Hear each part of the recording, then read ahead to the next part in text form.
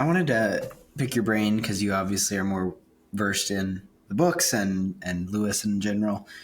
He has always said that Chronicles of Narnia is not supposed to be an allegory for Christianity, when it's very hard to see that it's not, at least for The Last Battle and Lion, the Witch, and the Wardrobe specifically. I can see his argument for the others, but he said that he never intended to write it like that. Yeah, he didn't. It's more the fact that, and this is kind of actually the way that Tolkien did it, is like Tolkien isn't trying to say, this is this and this and this and this and this. I mean, Tolkien's essentially writing a story, and all of his experiences and the things that he's seen and the things that he believes, those flow into his work. And it's the same thing for Lewis. Lewis started out, if I remember correctly, he started out with the image of a fawn and near a lamppost, and it's snowing, and he's got an umbrella. That's like where Narnia originated from. And from there, it just expanded. But because Lewis is such a very fervent Christian, all of his, beliefs and his experiences with Christianity flowed into that. And so it's not that he necessarily said, yes, I'm going to make a lion, and he's going to be Jesus, and he's going to, and they're like one for one. That's not his goal, or at least that's not how he set out to do it. But as he is writing it, he essentially it just flows into his work. And as he keeps on writing it, that's you can just see that throughout all of his books, just like the Christian elements, the Christian themes, the Christian, not necessarily always like one for one. I think Aslan is like very clear one for one, but I don't think that was necessarily intentional, because if you're writing a story about kids and and there's this super powerful person who's helping them, who's kind of the guide, well, who do you think of? Like, that's essentially what God is like for us. So it's not necessarily that he intended to make them a one for one, but that's just like how it happens. That's the source is going to impact what you're going to create. And because of that, because of the source that he has, that's what's flowing into his work. But that's why Christians use like Narnia all the time for different for trying to understand certain aspects, because that's how Lewis is also understanding various aspects. For example, I hear it all the time where people kind of use the one, it's either a phrase or the part of the story where they talk about Aslan isn't a tame lion, and how Jesus isn't, he's good, but he's not safe. I don't think that Lewis was, at least when he wrote that originally, wasn't necessarily trying to say something about Jesus, but that's just how he understands Jesus. And because of that, he's writing that into his Jesus-like character, because Aslan is a Jesus-like character in how he embodies various attributes like that. So I think maybe he was a bit more intentional as he came on there, but as he continued to write it, but at least at the start, it wasn't. And that's kind of what makes it better, even, because if Christians kind of have a tendency to make bad stuff when we're very intentionally trying to produce works like that, anything by Pureflix, it's like, oh, wow, what could the message be in this? I don't know.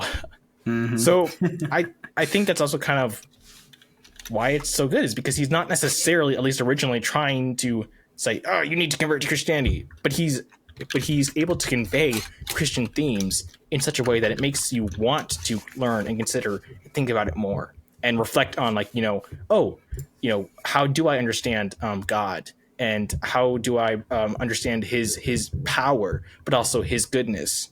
And that's, I think, kind of one of the strengths of Narnia as well. Yeah.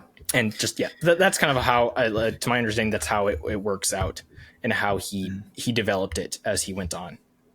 Yeah, and that's what I believe about being sub-creators. I brought up Tolkien's quote before, and what I've argued is that there's always an idea of what a savior should be and do, and why that resonates with us. And obviously, C.S. Lewis wrote many other apologetic books, so he's very well versed in his theology.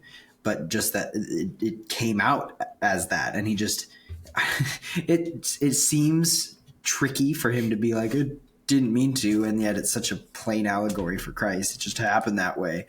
But I think it works, and however he chose to expand the story into the other 6 books was great.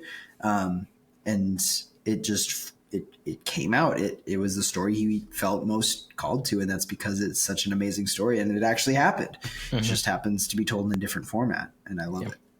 Well, and that's why I love the quote by G.K. GK Chesterton. I always, flip those around, and I'm not going to remember the full quote correctly, but it's essentially what he is saying is that you don't need to make everything Christian. You don't need to make everything that's produced to be more Christian. You need to make more Christians be artists, because again, it's a source. If you have people if you're a Christian, then, and if you are truly believe in Christianity and you are a true believer, then that's going to impact everything you do. And if you're an artist and you're a Christian who creates art, then your Christian beliefs are going to impact your art. They're going to flow into your art if you're writing or painting.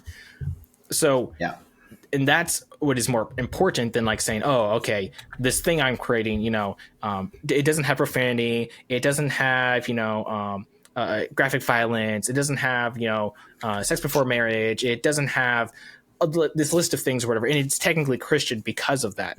That's going to be different versus someone who is genuinely Christian. And you can see that in their art, like I can kind of tell that when like you're reading like a book who's written by a Christian versus a book that's not, and they're kind of telling a similar story, but because of that background and the source that's producing it, it's going to have a different outcome.